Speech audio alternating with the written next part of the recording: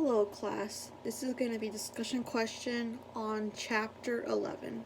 Now I'm going to use one of the end of the page questions, so my question I'm going to use is, do you see gendered patterns of interactions in romantic relationships? Now I'm currently single, but I've had past relationships, and I can use that as reference. So I've had a lot of ex-boyfriends that felt from pressure of society to be a boyfriend, what they consider a boyfriend, and what society would tell is that they would have to buy me flowers on Valentine's Day, or open the door, like how the book mentioned, opening the door. A lot of men are pressured to do that, but not just that, as well, even in terms of toxic masculinity, where the reason why I ended a lot of these relationships is because the man or my ex-boyfriends, they just feel that they have a power over me as a partner. They're the more superior one, and therefore a relationship is not equal because they make all the calls, they make all the shots.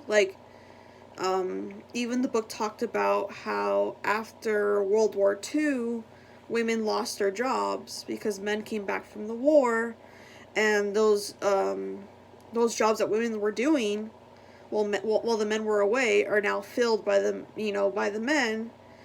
And so that's what society says, is that a woman should stay home and a man should do all the work.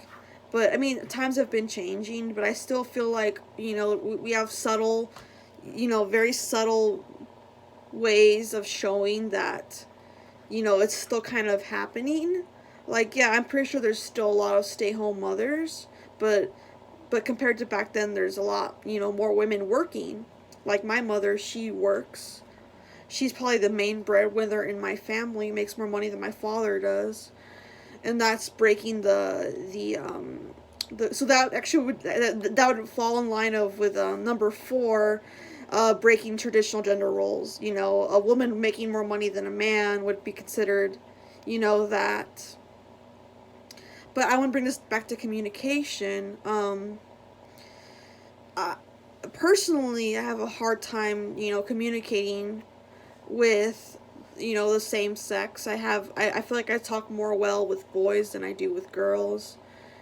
So that's probably why I had relationships and stuff, because I just feel like I'm more compatible with men. But I feel like a lot of girls have said that, though. I feel like that's a thing that happens to some girls. But anyways, as I was saying, the book talks about how, obviously how women have to take care of the kids, but how we have to wear makeup and look pretty and wear certain clothes. That's like this stereotype that women have to do. And let me tell you, I'm never gonna have kids. I have no interest in having children. Giving birth sounds like a terrible thing. I don't want to be a mother. I can't picture myself being a mom.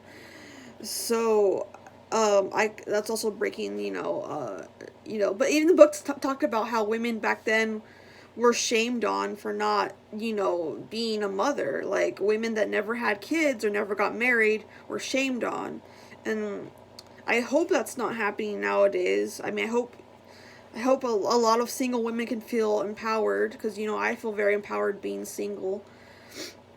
Working on myself and, all of those things. And I don't really need a man in my life. I've come to a realization that I just prefer, for now, maybe in the future I can never find, I'm not looking for a relationship, but, for now I want to work on myself and finish, college. So I feel like this reading this whole paragraph really speaks to me, because I'm happy that our society's starting to realize that there's girls like me who just don't really want to have kids and don't want to get married, that just want to live life and focus on their careers and making their money. So that is pretty much all I have to say. I hope I didn't go on a huge tangent this time, but I will end it here before it goes on too long. Thank you and goodbye.